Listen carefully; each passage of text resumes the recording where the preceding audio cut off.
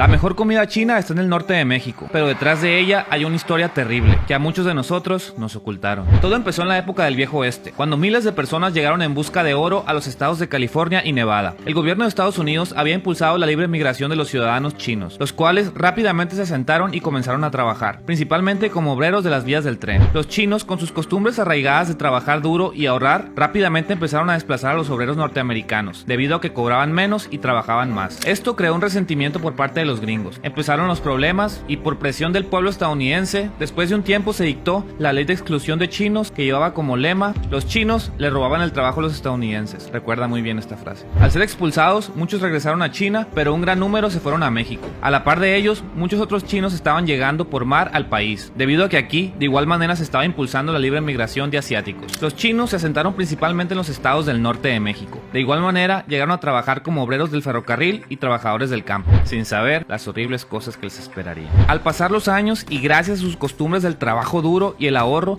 los chinos pasaron de ser obreros a empezar a abrir pequeños negocios de comercio, así como comenzar a tener un patrimonio. Todo parecía que iría bien para ellos, pero en esos tiempos comenzaron los conflictos que desatarían la Revolución Mexicana. Y sabemos que en los tiempos de guerra es cuando conocemos el lado más oscuro de la humanidad. A pesar de prosperar, los chinos no la tuvieron fácil. Día a día peleaban con el racismo y la segregación por parte de los mexicanos, y fue precisamente en el estado de Sonora donde muchas de estas cosas sucedieron. Se les acusaba de ser contagiosos de enfermedades y además que le robaban el trabajo a los mexicanos. En este estado, el mismo Congreso aprobó una ley donde prohibía estrictamente a mujeres mexicanas casarse con hombres chinos. Si lo intentaban, se les quitaba la nacionalidad y los deportaban a ambos. Además de esto, los segregaban en barrios donde solo hubiera chinos. Les ponían trabas de todo tipo a sus negocios y los obligaban a vender solo en los mercados locales. Pero lo peor para ellos llegó en 1931, cuando se les obligó a vender todas sus pertenencias y negocios a precio de risa, para ser expulsados del estado, literalmente empujándolos y metiéndolos a un ferrocarril. Todo esto con violencia,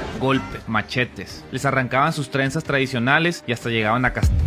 Yo crecí en Sonora y esto nunca nos lo contaron en la escuela. Cientos de chinos huyeron del estado. Muchos de ellos regresaron a su país y otros se asentaron en el Valle de Mexicali, en Baja California. Pero esto no fue lo peor que vivieron los chinos en nuestro país. Un poco antes de esto, en el estado de Coahuila, en plenas disputas entre el gobierno y grupos anarquistas, un 15 de mayo de 1911, 2000 soldados opositores llegaron a la ciudad de Torreón, la cual era custodiada por 400 soldados del ejército mexicano. Al ser superados en número, sin mucha pelea, el ejército se retiró, convirtiendo a Torreón por unas horas en una ciudad sin ley. No se sabe exactamente cómo comenzó, pero los pequeños negocios chinos empezaron a ser saqueados e invadidos. Pero no solo eso, los mismos mexicanos los sacaban a rastras de sus hogares. Sin importar su edad, los llevaban a rincones donde los golpeaban sin piedad. Los lanzaban desde las alturas y les hacían actos tan viles que son difíciles de describir. Todo terminó con un saldo de 303 chinos que perdieron la vida a manos de los mexicanos. Se trató de borrar el hecho y se minimizó. No se quiso reconocer y encontrar culpables. Los historiadores apuntan hacia un tal Benjamín Argumedo, que en esa época era un jefe de bandidos que se encontraba a la par de Pancho Villa. Se cree que él dio la orden de que empezara el ataque. Con o sin orden, realmente fue la culminación del creciente odio acumulado hacia los chinos.